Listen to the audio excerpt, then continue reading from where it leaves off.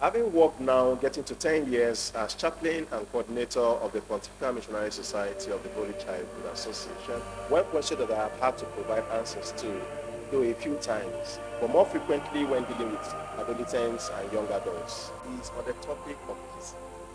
Most times, it sounds more like is ordinary kissing a sin? Generally speaking, in exploring the morality of kissing, we must consider the context in which it occurs.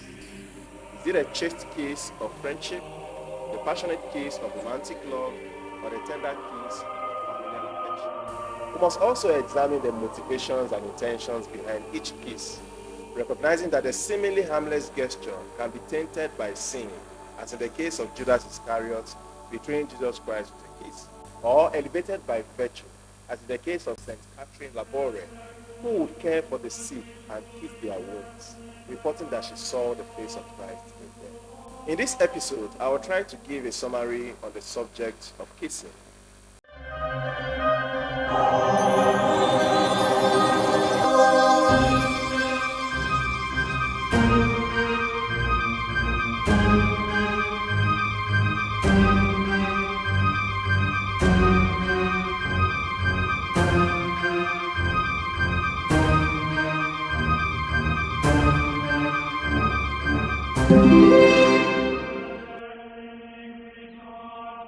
As a manner of speaking, let me just say we can distinguish between kissing and kissing. Or rather, let us say that there are 4 categories of kisses. First, there are kisses that are merely a sacred and lovely symbol used to express deep and beautiful emotion and are not, of course, sinful. Examples are the mutual kisses of mother and child, the mutual kisses of husband and wife, and thirdly, the kisses imprinted on a sacred object such as the Bible, the crucifix, the ring of a bishop, the hands of a newly ordained priest with the intention of obtaining an indulgence, the relic of the saints, the sacred altar, and so on. In the same vein, there are kisses imprinted on some dear objects such as the flag of one's own country, the soil of one's native land, the hand of a benefactor, and so on. Secondly, there is the non-passionate kiss, that is, those which are of such a nature as not to arouse the passions of the normal person. These are not sinful in themselves, though they may easily prepare the way for passionate kisses, especially when indulged in by young persons of the opposite sex. So for such classes of persons, I would suggest to stay clear. In non-passionate kisses, real affection is felt, but there is normally no exciting of the passions. A kiss of this type is not sinful at all, even if it be exchanged between a young lady and her gentleman friend. They are engaged in order to foster their mutual love. They make use of the non-passionate kiss and embrace. But they must remember that continual hugging and kissing, even of the non-passionate type, may readily bring on serious temptations and so should be avoided. For better understanding, a non-passionate kiss, also known as a chaste kiss, is a kiss that is, 1, gentle.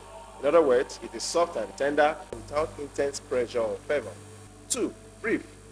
A quick, fleeting touch of the lips without lingering or prolonging the contact. 3, affectionate.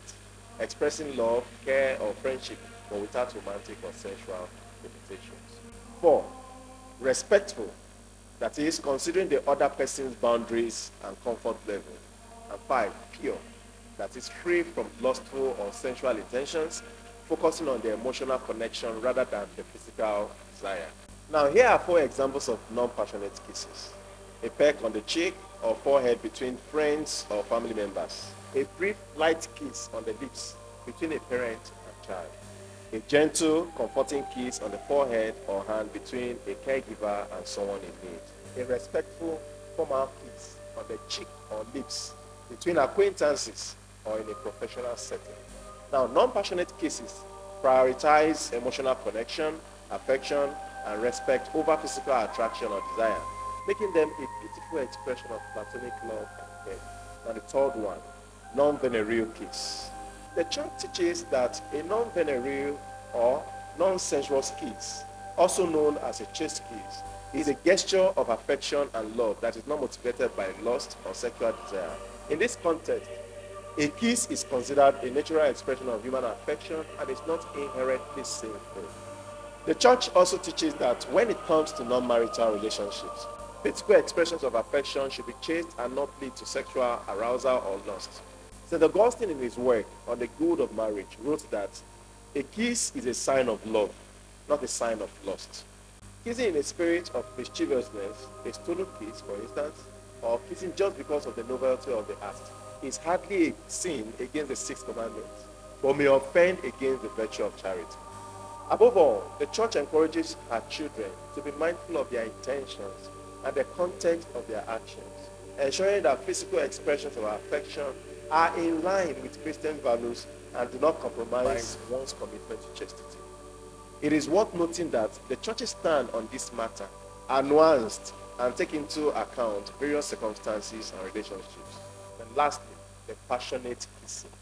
This form of kissing, because it is intense or passionate, stirs men a real or sensuous pleasure, is forbidden under pain of serious sin for those who are not husband and wife. Kisses, not at first passionate, ordinarily become so if prolonged for some time, so that really prolonged kissing is classified as passionate. In short, all kissing to arouse sensual pleasure is gravely sinful because of the intention. There is no slightest doubt in the mind of any decent man or woman that kissing between unmarried people becomes sinful when passion takes over. Any normal person is fully aware that under certain circumstances, passion was meant by nature to take over. In summary, the Catholic Church teaches that kissing is a natural expression of human affection and love and must be approached in all cases with the general principles of purity of intentions, chastity, modesty, respect, and consent, temperance. Thank you and for watching, and God bless you. Amen. Subscribe to our channel, click the notification bell, like, comment, and share. See you next time.